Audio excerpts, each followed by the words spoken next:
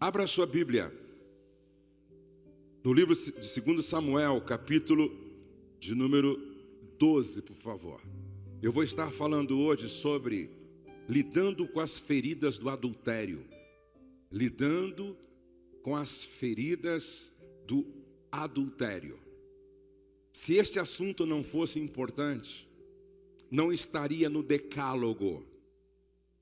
Quando Deus escreveu os 10 mandamentos, Ele incluiu este mandamento: não adulterarás. Por quê? Segundo Samuel, capítulo 12,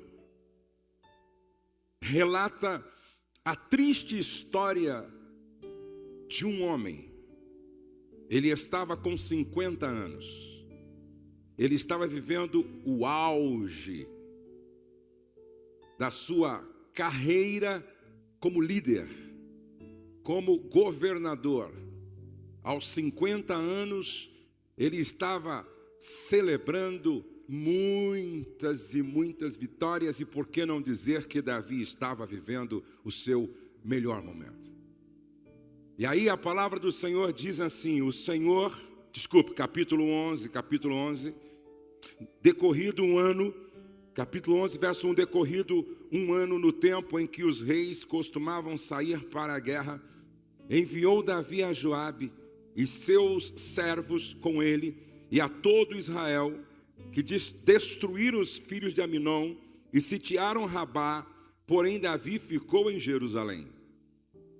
Preste atenção, Davi deveria estar na guerra, mas ele abre mão de estar na guerra, envia um subalterno, Joabe, com todo o exército, e ele prefere ficar em casa, vivendo uma ociosidade muito destrutiva. Em vez de estar na guerra, ele prefere ficar no palácio. No verso de número 2, uma tarde levantou-se Davi do seu leito e andava passeando no terraço da casa real. Daí viu uma mulher que estava tomando banho, estava nua, estava com o seu corpo à mostra. Era ela muito formosa. Davi está na varanda, olha uma mulher tomando banho, nua, atraente, sedutora, convidativa.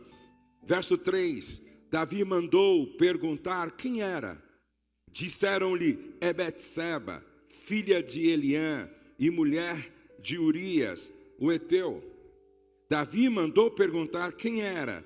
Disseram-lhe, é Betseba, filha de Eliã, mulher de Urias, o heteu.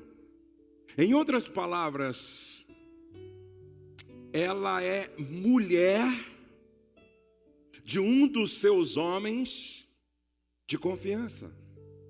Ela é esposa de um dos mais leais guerreiros que você tem. Ela é esposa de um dos caras mais fiel a ti. No verso de número 4, então enviou Davi mensageiros que a trouxessem. Ela veio e ele se deitou com ela. Tendo-se ela purificado da sua imundícia, voltou para casa. Verso 5, a mulher ficou grávida e mandou dizer a Davi, estou grávida. E o que acontece na sequência? Na sequência, ele comete um homicídio. Tentando resolver um problema que não dava para esconder, ele arma uma situação para que Urias, o marido de Betseba, fosse morto. Então ele não só comete um adultério, mas ele comete também um assassinato. O próprio Natã, ao confrontá-lo, fala sobre isso. Olha em que estado Davi está. E não bastando isso, Davi consegue viver essa mentira para si mesmo 1 ano, até que ele é confrontado pelo profeta Natã, cai em si, e aí você lê o Salmo 51 e você pode entender o estado em que Davi estava quando ele caiu em si e tomou consciência da tragédia, da bobagem, da besteira que ele havia feito. A palavra do Senhor em Hebreus 13:4 diz assim: digno de honra entre todos seja o matrimônio, bem como o leite sem mácula, porque Deus julgará os impuros e adúlteros. Deus julgará os impuros e adúlteros. Provérbios 6:32 diz: mas o homem que comete adultério não tem juízo, todo aquele que assim procede, a si mesmo se destrói. Não diz que destrói o outro apenas, não diz que destrói o casamento, a família apenas, está dito que a si mesmo se destrói. O dicionário da língua portuguesa define adultério como violação, transgressão de regra de fidelidade conjugal, imposta aos cônjuges pelo contrato matrimonial, cujo princípio consiste em não manterem relações carnais com outrem fora do casamento. O adultério é um pecado com implicações devastadoras e perdas irreparáveis. Se os homens e as mulheres parassem para calcular o impacto dessa quebra de aliança, com certeza eles viveriam com mais prudências. Vamos pensar um pouco sobre as causas do adultério, as consequências do adultério e a cura para as feridas provocadas pelo adultério. Essa palavra, ela tem caráter preventivo. Quem está em pé, olhe para que não caia. E esta palavra tem um aspecto também terapêutico, curador, mas, sobretudo, é um alerta, é um aviso, é um tocar da buzina em Sião. Existem 7 possíveis causas não neuróticas do adultério. 7 possíveis causas não neuróticas do adultério. Primeiro, a insatisfação sexual no casamento, que pode levar à busca de compensação. A perda de atração pelo companheiro ou companheira. O desejo sexual vai ficando reprimido e as fantasias vão se multiplicando até levar ao adultério. Um dia, uma esposa reclamou: meu marido se descuidou do próprio corpo e de repente ele se tornou exageradamente obeso e eu perdi a atração por ele. É uma brecha. A excessiva absorção no trabalho, que pode produzir no outro uma sensação de rejeição e abandono. O tédio que vem da repetição, da rotina, que gera indiferença sexual e emocional. Extensos períodos de ausência. A pressão do estar longe de casa durante longos períodos de tempo pode ser esmagadora. É por isso que o índice de adultério e infidelidade entre os caminhoneiros, muitas vezes pilotos de avião ou quem trabalha em empresas aéreas, por causa do longo período de tempo que fica fora de casa, longe do cônjuge e convivendo com outras pessoas. Essa pode ser uma causa. Extensos períodos de ausência. Doenças físicas de vários tipos. Gestações sucessivas. A ausência de temor a Deus. Agora preste atenção. Apesar de tudo o que eu disse, vulnerabilizar o casal, expondo os dois a esta possibilidade, nada justifica o pecado de adultério. Porque se você ler a história de José, você vai perceber que ele passou por solidão, ele passou por tentação, ele passou por diversas possibilidades, mas dentro dele havia uma coisa chamada temor a Deus. Agora, quais são as 7 causas neuróticas do adultério? 7 causas neuróticas, que já não tem nada a ver com as causas não neuróticas. Os mimados são aqueles que acreditam que precisam de tudo o que desejam. Encaram caprichos temporários como necessidades básicas. Os casos nunca correspondem às suas expectativas, que são, aliás, irreais. É a síndrome do final de semana perfeito. Os narcisistas, eles se consideram irresistíveis, têm uma necessidade constante de reconhecimento, de admiração, uma enorme preocupação consigo mesmos, uma total incapacidade de corresponder. Os fujões são aquelas pessoas que estão fugindo não apenas de si mesmas, mas da própria vida. Os imaturos são os que, através da infidelidade, procuram afirmar, provar eternamente sua masculinidade ou ela feminilidade. Os inseguros são pessoas que se autodesvalorizam, não se respeitam, não têm autoestima, usam o adultério como fuga. Os vazios são os que sofrem de um grande vazio existencial e se recusam a dar um sentido para a própria vida. Estes vão tendo relacionamento prosmíscuos para encobrir a falta de nexo dentro de si mesmos.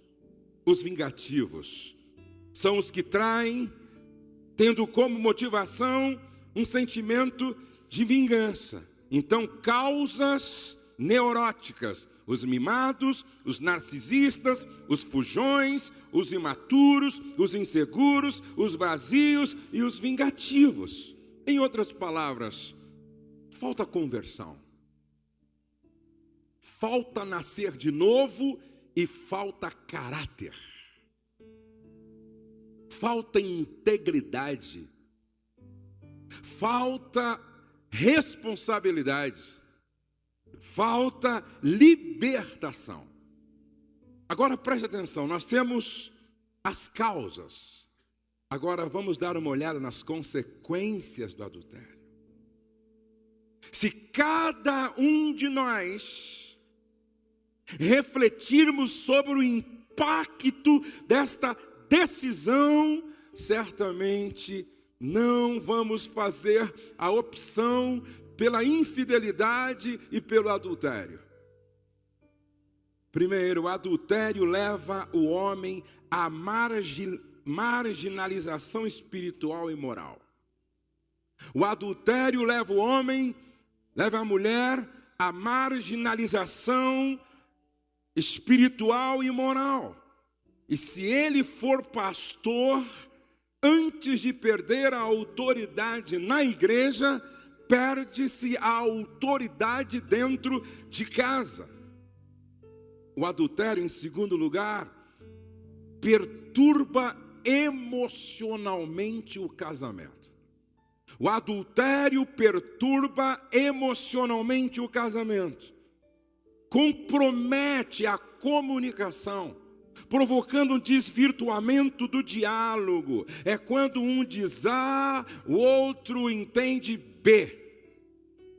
O adultério provoca ciúme doentio, possessividade. Esse é um sintoma de uma situação não resolvida, quando um começa a asfixiar o outro.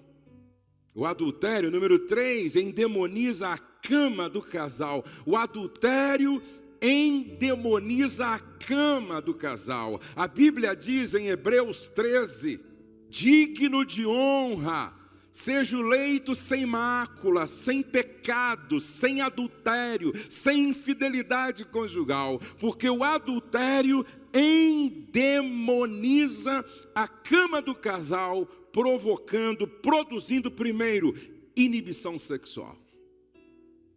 Segundo, interrupção sexual. Terceiro, aversão sexual.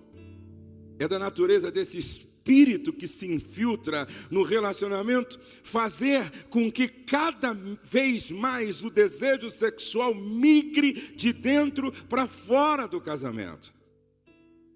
Uma situação de adultério começa a afetar as áreas da vida da pessoa, espiritual, emocional e moral.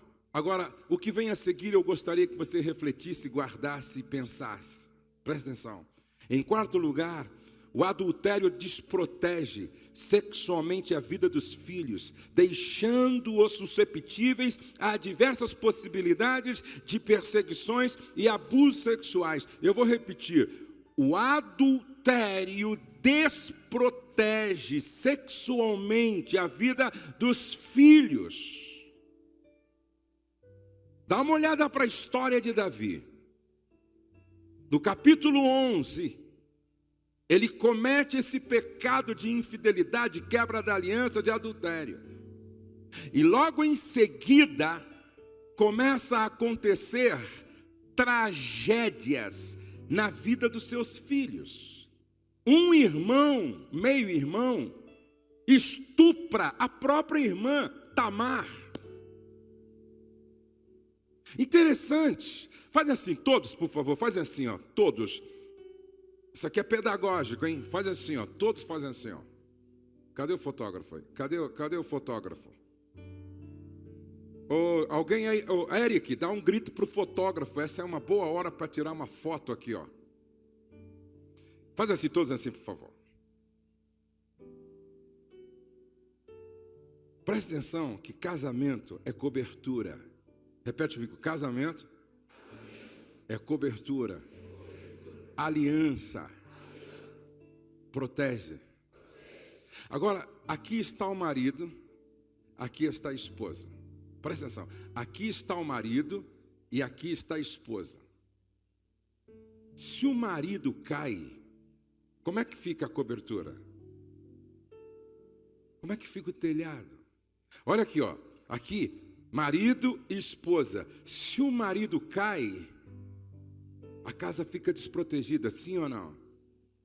Então faz assim, fica agora, faz com que uma das suas mãos caia assim, ó. Duas coisas aconteceram aqui. A casa ficou desprotegida e a esposa perdeu apoio. Olha como isso é sério, preste atenção. A casa ficou desprotegida e a esposa perdeu apoio. Agora eu pergunto, no mundo espiritual, qual a próxima consequência? No mundo moral, qual a próxima consequência? Uma mulher sem apoio. Ela está correndo um sério risco por causa desta vulnerabilização de ter o mesmo problema.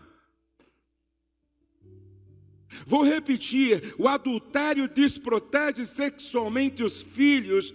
O abuso de um filho ou de uma filha quase sempre está associado a um adultério dos pais. Eu disse quase sempre, não estou generalizando, porém, de 30 a 60% das pessoas que sofrem abuso, quando você vai tratá-las e pergunta, quando você sofreu esse abuso, como estava o casamento dos teus pais? Na maioria das vezes, de 30 a 60%, elas dizem, na fase em que no tempo em que eu sofri o abuso, os meus pais estavam vivendo uma crise por causa de uma infidelidade, por causa de um adultério. O adultério dos pais expõe os filhos a essa perseguição e abusos sexuais. O que muitos não sabem é que o casamento é como o telhado da casa. Em quinto lugar, o adultério de um dos cônjuges expõe o cônjuge vítima da traição na mesma situação. É muito comum a gente estar aconselhando um casal, e quando o marido confessa um adultério, ou melhor, quando a esposa confessa um adultério, é muito comum a gente ouvir isso: o marido adulterou primeiro. É muito comum ouvir isso. A esposa cometeu um adultério, e aí você vai ver a história dos dois, o marido... Por quê? Porque era assim no início. Aí um caiu, aí o outro ficou sem apoio, sem sustentação. E o diabo, tudo o que ele quer é encontrar essa brecha. Tudo o que o diabo quer é encontrar essas vulnerabilidades para implodir a relação. Agora escute, número 6, o adultério afeta diretamente a vida financeira da família. O dinheiro começa a ser desviado para a imoralidade. A tendência ao espírito de adultério levar a família à bancarrota financeira. A primeira área do casal que começa a ser destruída é a financeira. Você vai me ouvir falar amanhã sobre a nossa casa de recuperação de casamentos. Nós recebemos de 30 a 35 casais, uma vez por mês, que passam 4 dias conosco para salvar o casamento. E quase que 90% dos que lá chegam com o casamento praticamente na UTI conjugal, você vai ver financeiramente, muitos só foram lá porque a mãe patrocinou, amigos patrocinaram, a igreja patrocinou, porque eles estão financeiramente comprometidos por causa de um problema no casamento. Em 7º lugar, o adultério implica também no princípio ativo do escândalo e da decepção. Se não preste atenção que o próprio Deus, através de Natã, falou para Davi que não teria como esconder aquilo. E o que Davi fez escondido, todos ficaram sabendo. Se fosse hoje, saiu no Twitter, saiu no Instagram, saiu no Facebook, na Folha de São Paulo, Estadão, saiu nas rodas de fofoca de comunidades. Todos ficaram sabendo. E o texto na Bíblia diz que quando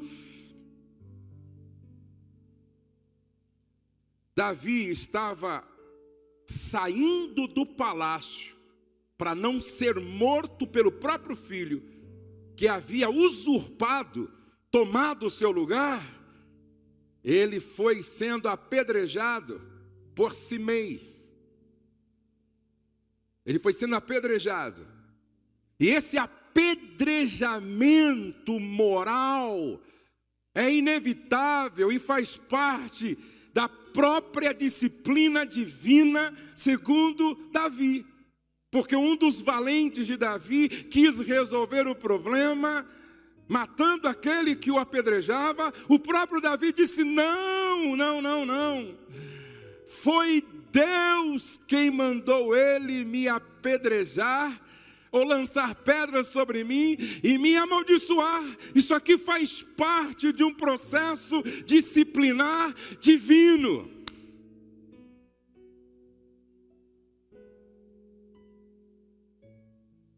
Todo adultério, todo adúltero, invariavelmente terá de enfrentar um tempo de exposição, de apedrejamento, mais cedo ou mais tarde. Aquilo que foi feito às escondidas será apregoado nos telhados. Esse é o princípio ativo de construir um escândalo. Se a pessoa insistir em esconder, isso vai funcionar como uma bomba relógio. Vai estourar. A ferida produzida. Agora, é bom que todos ouçam isso. Todos ouçam isso. Se você não precisa hoje, é preventivo e você pode ser canal, instrumento de Deus para ajudar alguém. A ferida produzida pelo adultério é tão internalizada que demanda uma intervenção cirúrgica. Não tem como ser diferente. Essa ferida internalizada pelo adultério cobra, exige, impõe uma intervenção cirúrgica. Ou seja, não tem como você confessar um adultério sem que você fira a pessoa que foi traída e que o casamento sofra uma profunda ferida. Não me esqueço que estava diante de mim um casal e eu o chamei para um aconselhamento. E eu disse para os dois: aqui só a verdade. Eu não tenho tempo a perder com mentiras e nem vocês. A mentira, ela tem medo da luz e não suporta o tempo. A verdade não tem medo da luz e é filha do tempo. E eu olhei nos olhos dele e disse: aqui só a verdade. Você está disposto a falar só a verdade? Ele disse: será que a minha esposa vai suportar toda a verdade? Eu perguntei para ela: você quer continuar sendo enganada? Você quer viver uma mentira ou você quer a verdade?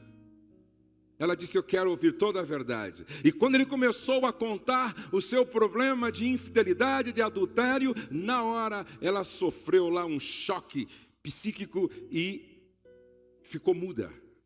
Perdeu a voz por vários dias. Não tem como, preste atenção, não tem como isso não acontecer, essa ferida provocada por uma confissão. Ou seja, ninguém está preparado para ouvir uma confissão de adultério. Ninguém. Mostre-me a mulher que mais ora na igreja. Mostre-me o homem que mais ora na igreja e que está pronto, preparado. Pode falar que eu estou anestesiado. Não existe. Por mais dolorosa que seja essa ferida, é a ferida do médico, é a ferida da cruz, é a ferida que sara, é a ferida que cura, é a ferida que liberta. Para restituir tudo o que foi perdido, aquele que adulterou terá que passar pelo caminho da confissão. Me lembro um dia que eu estava voltando para casa, e porque eu trabalho muito com a mídia, televisão, rádio, redes sociais, YouTube, muita gente me conhece. Aí eu parei assim, no posto de gasolina numa cidade, e disse para o frentista: por favor, coloca combustível no meu carro. Ele me reconheceu, e ele olhou para mim e disse assim: pastor Josué? Eu disse: sim, querido, pequei. Eu achei engraçado, porque falei: meu Deus, estou vendo o cara hoje. E aí ele já começou assim: pequei, pastor, adulterei. O que eu faço, pastor? Eu já confessei para o meu pastor. O senhor acha que eu devo confessar para minha mulher também? Ou só pelo fato de ter confessado para o meu pastor já está tudo resolvido? Eu disse: com quem você tem uma aliança? Você quebrou a aliança com o pastor ou com a sua esposa? Com a minha esposa, então. Você tem que confessar para a tua mulher. Aí ele disse: meu Deus, você não conhece minha mulher? Se eu confessar para ela, pastor, meu casamento acabou. Meu casamento acaba. Eu disse: não, seu casamento já acabou. Você vai tentar agora a reconstruir. Preste atenção, gente. Se há alguma chance de salvar o casamento, é com a verdade, trazendo tudo à luz. Olhe para cá, por favor. Vocês ouviram bem o que a Helena Tanuri disse ontem. O diabo trabalha no escuro. O diabo trabalha na obscuridade. O diabo opera na mentira, porque ele é o pai da mentira. Trevas é área de jurisdição de Satanás. Deus trabalha com legalidade e o diabo também. Deus não opera nas trevas. Nas trevas, o poder do sangue de Jesus não é validado.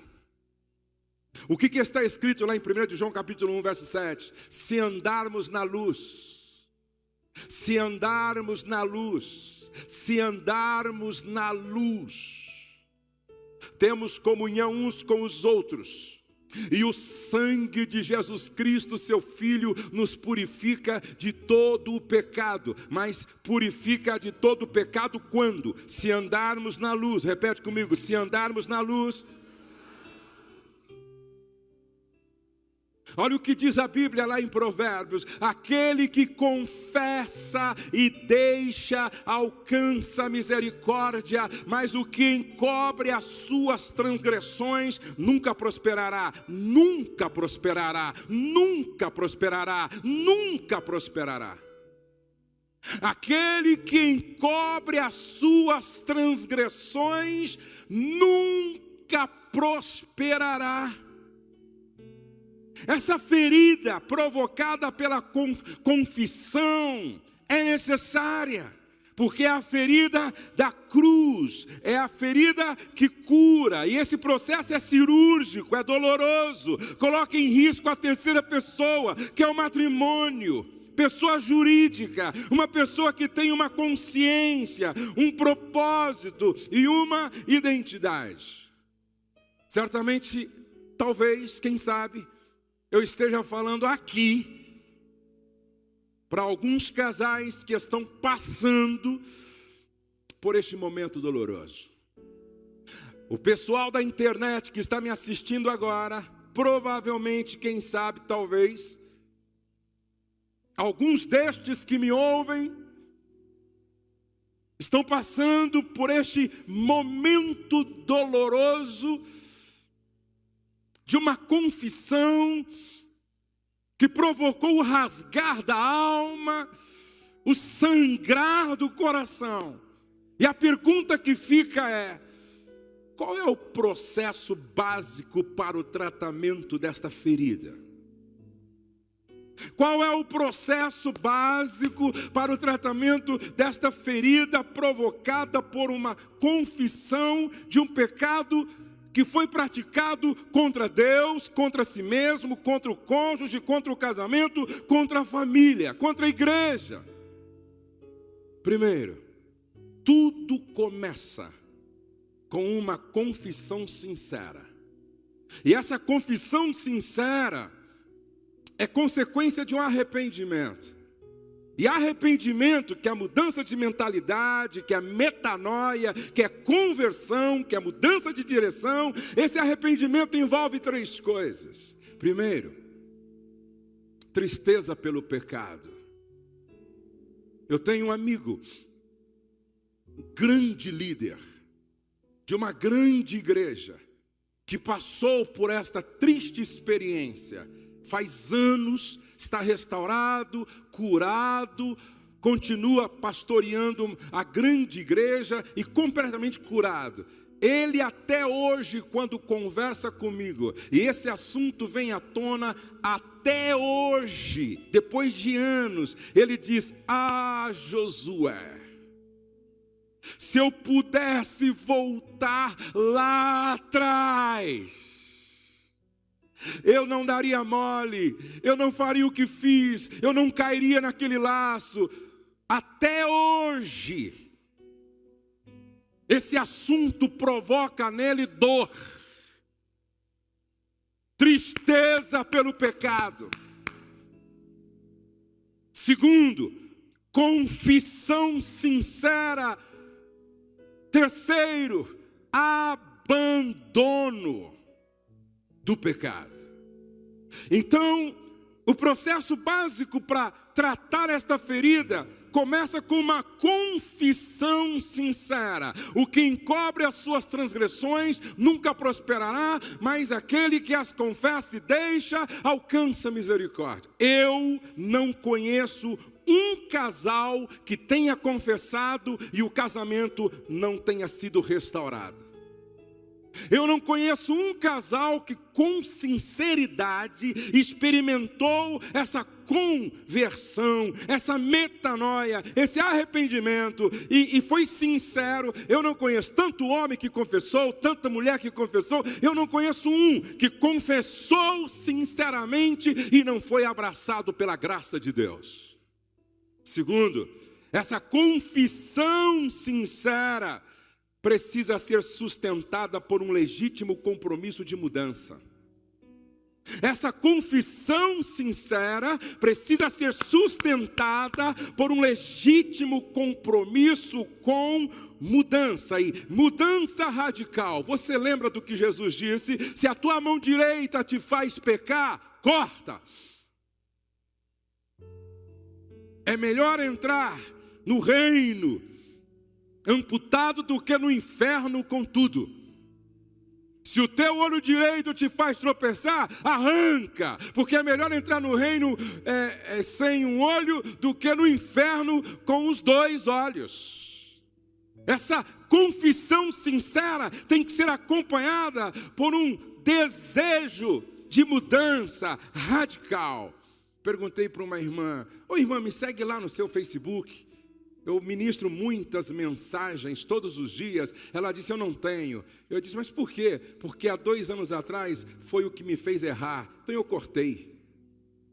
Um dia eu perguntei para um homem: você não tem WhatsApp? Não, pastor, não uso WhatsApp. Por quê? Porque era o meu olho que me fazia pecar, então eu arranquei. É isso que Jesus está dizendo. Por que você saiu daquela empresa? Não, é porque lá meu pé estava fazendo tropeçar, então eu amputei. É mudança radical. Gente que se arrependeu e não quer mais flertar com o pecado e nem brincar com isso. Eu conheço gente que não assiste televisão, porque lá estava um gatilho que, quando acionado, levava a pecar. Em terceiro lugar, é preciso haver liberação de perdão do cônjuge traído. Não existe possibilidade alguma de cura, restauração, reconstrução que não passe pelo caminho do perdão. O caminho do perdão não é uma opção, não é opcional, é vital. É vital. Sem perdão, esquece, é impossível haver cura para estas feridas. Quarto, aquele ou aquela que confessou deve dar um tempo para o cônjuge traído digerir o golpe. Ah, pastor, eu confessei no domingo e pensei que na segunda ela já ia acordar me abraçando, beijando e me seduzindo. Quê? Ah, pastor, eu confessei na segunda e pensei que na terça ele já ia acordar me abraçando, me beijando, me seduzindo. Ei. É preciso dar um tempo para o outro assimilar o golpe. É preciso dar um tempo para o outro assimilar o golpe. A dor da traição talvez seja uma das dores mais profundas, intensas que existe. A dor da traição é uma dor que não dá nem para dimensionar, e só sabe qual é a profundidade e intensidade quem passa por esta experiência. Um dia uma mulher chegou para mim e ao lado do marido, e ela disse: pastor, está vendo esse homem aí, esse cara?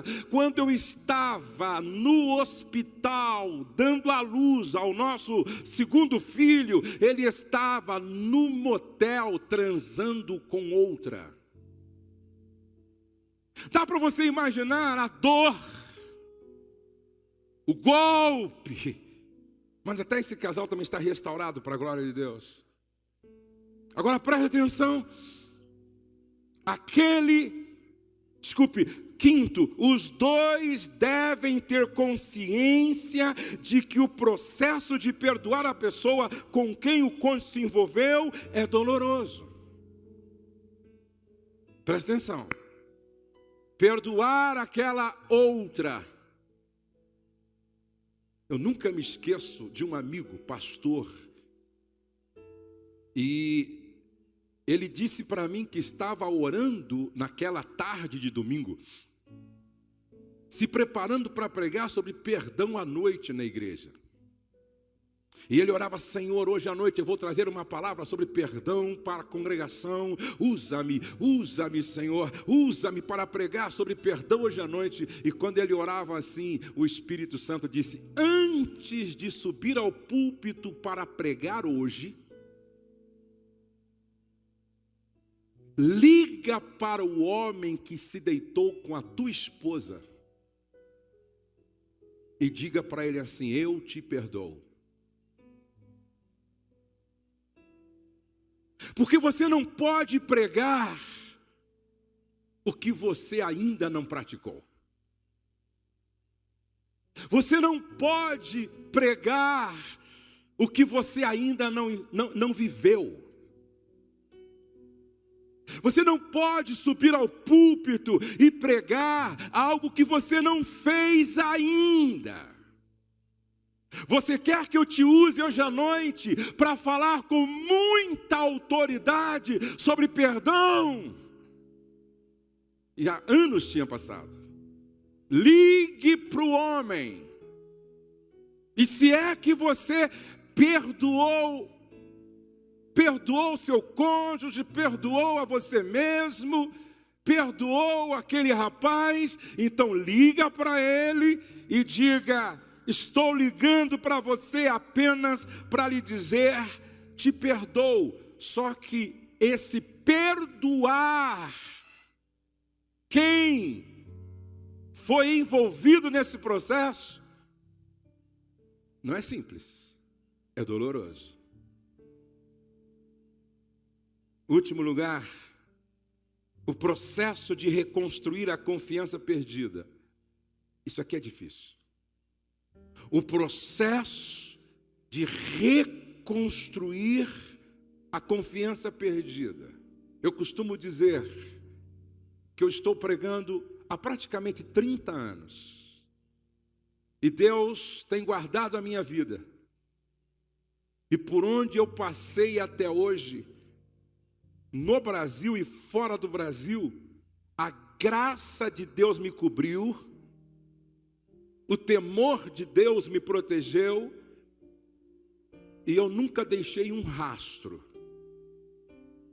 Agora, para destruir isso, é uma conversa boba de 1 minuto. Para destruir isso, é uma brincadeira boba de 5 minutos. Para você construir uma vida de integridade, para você construir confiança, é a longo prazo. Agora, para você destruir, é muito rápido. E para você reconstruir, vai dar trabalho. Para você reconstruir a confiança diante do cônjuge, diante dos filhos, diante da família, diante da igreja, diante da sociedade. Quem acreditará em você depois disso? Mas é possível. Tem alguns agravantes que a gente precisa também considerar nesse processo todo. Alguns agravantes. Primeiro, se a pessoa descobriu ou foi descoberta. Se houve um processo crônico de negação. Em alguns casos o problema maior já nem é mais o adultério, mas a mentira. A pessoa nega, quase que acreditando na sua própria mentira. Aí já é uma questão de caráter. Se envolveu pessoas da família do cônjuge. Eu tratei de um casal aonde ele dizia para mim, diante da esposa: pastor, ontem ela me confessou que me traiu com meu próprio irmão. Eu estava conversando com alguém esses dias, e esta pessoa me disse: um líder recebeu um WhatsApp com um filme da sua esposa tendo relação com o irmão dele.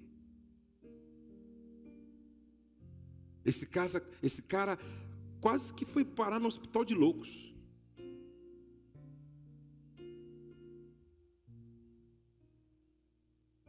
Se houve concepção de um filho ou prática de aborto, é um outro agravante. Se houve pessoas casadas envolvidas, se a pessoa ocupa alguma posição no ministério da igreja, se houve pessoa do próprio ministério, se praticou perseguição e abuso espiritual para encobrir o seu pecado, se usou informações pastorais para seduzir. Aí você me diz: pastor Josué, quais são os conselhos que Davi... Porque é interessante que Davi termina a sua história como homem segundo o coração de Deus. Presta atenção. Davi não termina a sua história como um marginal do reino. Davi não termina a sua história como um rejeitado para sempre pelo eterno. Davi não termina a sua história sendo um repugnado pelo povo. Não. Davi termina a sua história com Deus dizendo: homem segundo o meu coração. Eu creio em milagres. Eu creio no poder da graça. Eu creio no poder do perdão. Eu creio no poder do sangue de Jesus Cristo vertido na cruz do Calvário.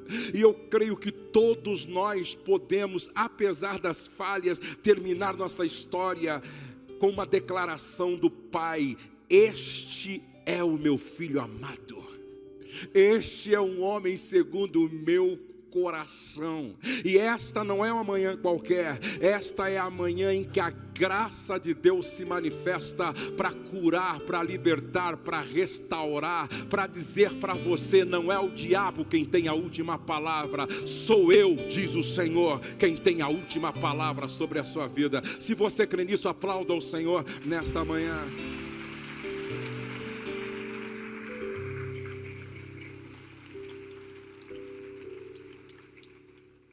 Se Davi estivesse entre nós e pudesse nos dar um conselho a partir da sua experiência, talvez ele diria assim: cuidado com o seu tempo livre. Eu não soube lidar com o meu tempo livre. Cuidado com a sua ociosidade, com o seu tempo de férias, suas viagens.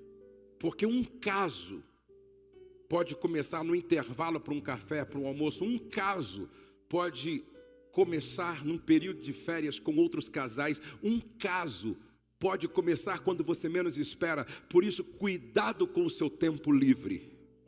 Davi diria: eu errei, porque eu parei no lugar errado, na hora errada, e olhei na direção errada. Repete comigo: lugar errado, hora errada, olhando para o errado.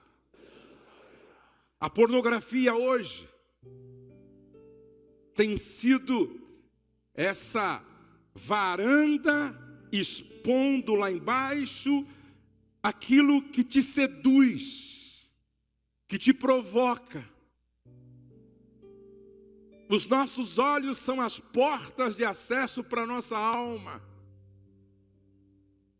E o problema da pornografia é que é uma maneira de o diabo plantar em homens e mulheres a semente do adultério, da infidelidade, da imoralidade. E hoje é assustador os homens viciados na prática da masturbação, estimulados pela pornografia.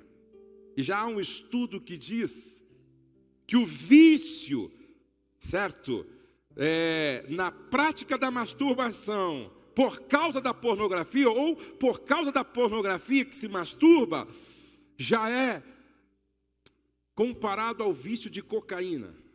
Ou seja, é comparado ao vício de cocaína. Porque na verdade, o viciado em cocaína está viciado em dopamina. O viciado em pornografia e masturbação é um viciado também em dopamina. E as doses têm que ser cada vez maior, até que se sofra uma overdose.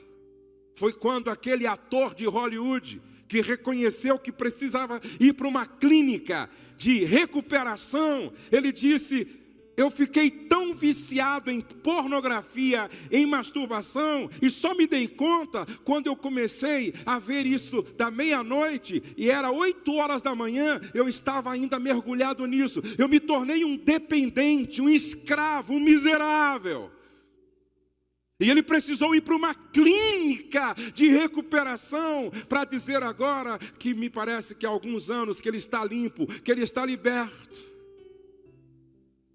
Preste atenção que por detrás, muitas vezes, de um adultério, de uma pedofilia, de um estupro, está uma pessoa que mergulhou nesse mundo podre, imoral, satânico e maligno, que quer sequestrar, como foi pregado ontem, nossa família, nosso casamento, a nossa vida, a nossa paz, nossa alegria, nossos filhos. Davi estava no lugar errado, olhando para a direção errada, na hora errada. Agora, se nós perguntássemos para José, que ao contrário de Davi, venceu a tentação, a sedução, disse não para si mesmo, não para o pecado. Se perguntássemos para José, qual é o melhor momento, José, para vencer a tentação? Ele diria, é quando ela começa. No início o processo é mais fácil. Se você demorar para dizer não, poderá ser tarde demais. É no começo que a gente tem que pedir ajuda para um discipulador. É no começo que a gente tem que dar um grito para um amigo de confiança. É no começo que a gente tem que chamar a esposa. É no começo que a gente tem que chamar alguém que ora conosco. É no começo. Porque depois de uma certa fase, você não encontra mais a porta de saída. Davi diria para nós, em todo o tempo, vigie os seus pensamentos, deles depende a sua vida, Provérbios 4:23. Toda manhã a gente precisa fazer uma viagem para dentro de nós mesmos, para ver se não há algum caminho sendo construído na nossa alma, na direção da morte, porque a Bíblia diz que há caminhos que parecem direito, mas o seu fim é morte. Em todo o tempo vigie os seus pensamentos. Davi diria para todos nós, ei, cuidado. O pecado te prenderá por mais tempo do que você está disposto a ficar. Davi ficou 1 ano preso nisso. O pecado te levará para mais longe do que você está disposto a ir. O pecado cobrará de você um preço mais alto do que você está disposto a pagar. Davi diria, não compensa. Não valeu a pena. O que eu fiz escondido, como Deus havia dito, como parte do que eu tinha que colher, o que eu fiz escondido, o meu filho Absalão fez na varanda do palácio, possuindo minhas 10 mulheres. Agora olhe para cá. Ele plantou um adultério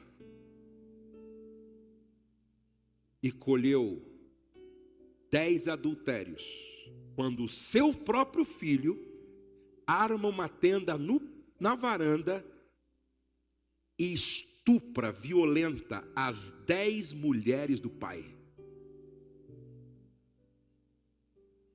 A Bíblia diz assim, ó: Deus não se deixa escarnecer. O que o homem semear, ele vai colher. Eu sinto o temor de Deus neste lugar. O Espírito Santo está dizendo para mim que nesta manhã laços vão ser quebrados, cadeias vão ser cadeias vão ser destruídas, projetos de Satanás vão ser desfeitos em nome de Jesus.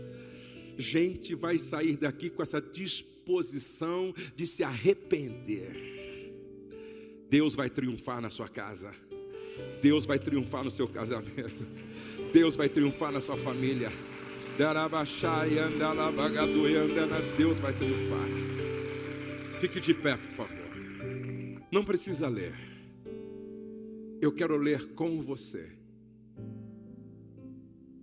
Tem gente que chegou aqui vivendo a experiência de algo que já aconteceu. Tem gente que chegou aqui a um passo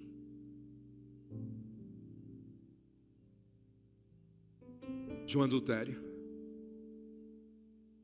Tem gente que chegou aqui querendo resolver esse problema hoje. E tem gente que chegou aqui dizendo: Senhor, gera temor em mim pela tua palavra, para que este mal, essa praga, nunca chegue na minha tenda. Eu quero terminar antes de orar com vocês, lendo a oração de Davi depois da confrontação de Natã. Não precisa ler, só ouça. Compadece-te de mim, ó Deus, segundo a tua benignidade, segundo a multidão das tuas misericórdias, apaga as minhas transgressões. Lava-me completamente da minha iniquidade, purifica-me do meu pecado. Pois eu conheço as minhas transgressões e o meu pecado está sempre diante de mim. Não adianta. Pequei contra ti somente fiz o que é mal perante os teus olhos, e de maneira que serás tido por justo no teu falar e puro no teu julgar. Eu nasci na iniquidade, em pecado me concebeu minha mãe. Eis que te comprases na verdade, no íntimo e no recôndito me faz conhecer a sabedoria. Purifica-me com esopo e ficarei limpo. Lava-me e ficarei mais alvo que a neve. Faz-me ouvir júbilo e alegria, para que exultem os ossos que esmagaste. Esconde o rosto dos meus pecados e apaga todas as minhas iniquidades. Cria em mim, ó Deus, um coração puro e renova dentro de mim um espírito inabalável. Cria em mim, ó Deus, um coração puro. Ore comigo, por favor. Cria em mim, ó Deus, um coração puro. Outra vez. Cria em mim, ó Deus, um coração puro. Outra vez. Cria em mim, ó Deus, um coração puro. E renova dentro de mim um espírito inabalável. Não me repulses da tua presença, nem me retires do teu Santo Espírito. Restitui-me a alegria da tua salvação e sustenta-me com espírito voluntário. Então ensinarei aos transgressores os teus caminhos, e os pecadores se converterão a ti. Livra-me dos crimes de sangue, ó Deus, Deus da minha salvação, e a minha justiça exultará a tua justiça. Abre-me, Senhor, os meus lábios, e a minha boca manifestará os teus louvores. pois não te comprases em sacrifícios, do contrário, eu tos daria, e não te agradas de holocaustos. Sacrifícios agradáveis a Deus são espírito quebrantado, coração compungido e contrito, não o desprezará, ó Deus. Faze bem a Sião, segundo a tua vontade, edifica os muros de Jerusalém, então te agradarás os sacrifícios de justiça, dos holocaustos e das ofertas queimadas, e sobre o teu altar e se oferecerão novilhos. Sabe por que Davi escreveu isso aqui? Porque ele estava dizendo no mundo espiritual: se o meu pecado foi escandaloso, o meu arrependimento vai ser mais escandaloso ainda, mais escandaloso ainda, mais escandaloso ainda, mais escandaloso ainda, mais escandaloso ainda. Esse é o homem admirado por Israel, para o qual Deus disse: homem segundo o meu coração. Eu vou orar por 3 grupos aqui hoje. Primeiro grupo: você está vivendo essa experiência da confissão de adultério. Segundo grupo: você está muito próximo e hoje você quer tomar uma decisão de romper com isso em nome de Jesus. Terceiro grupo: você quer apenas hoje dizer: Senhor, que nunca falte no meu coração temor. Eu não quero pecar contra Ti, contra a minha esposa, contra a minha família, meus filhos, a igreja, contra mim mesmo. Todos vocês que querem orar comigo, vem aqui na frente. Nós vamos orar ao Senhor. Venha com seu cônjuge. Todos que querem orar comigo nesse sentido, nessas 3 direções, vem aqui na frente. Nós vamos orar juntos. Vamos cantar. Quero voltar ao início de tudo, encontrar-me contigo, Senhor. Quero rever meus conceitos e valores.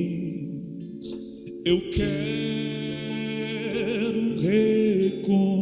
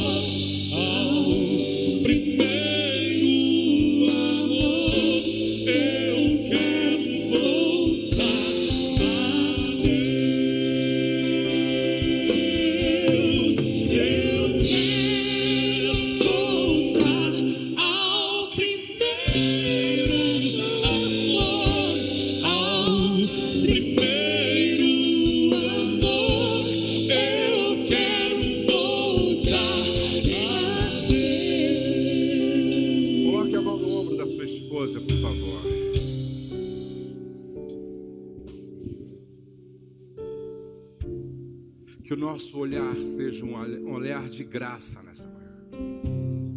Que o nosso olhar seja um olhar de compaixão, de amor e de esperança. Ninguém aqui é super-homem. Ninguém aqui está isento desta possibilidade. Não é manhã para julgar, é manhã para liberar perdão. É amanhã de arrependimento, é amanhã de graça, amanhã de misericórdia. Nós vamos orar agora. Fecha os teus olhos. Deixa o teu coração falar nesta oração agora. Pai, que esta seja uma manhã de cura, de arrependimento, de libertação, de restauração, de mudança, de abandono do pecado. Abraça cada um de nós hoje, independente aqui de quem quer que seja. Todos são teus filhos. Abraça, Senhor. Abraça este homem agora, Senhor. Abraça essa mulher agora, Senhor. Abraça esse casal agora, Senhor. Aplica o poder do sangue vertido na cruz do Calvário. Aplica o poder do sangue derramado na cruz do Calvário. Vai levantando o que está prostrado. Vai despertando a consciência adormecida.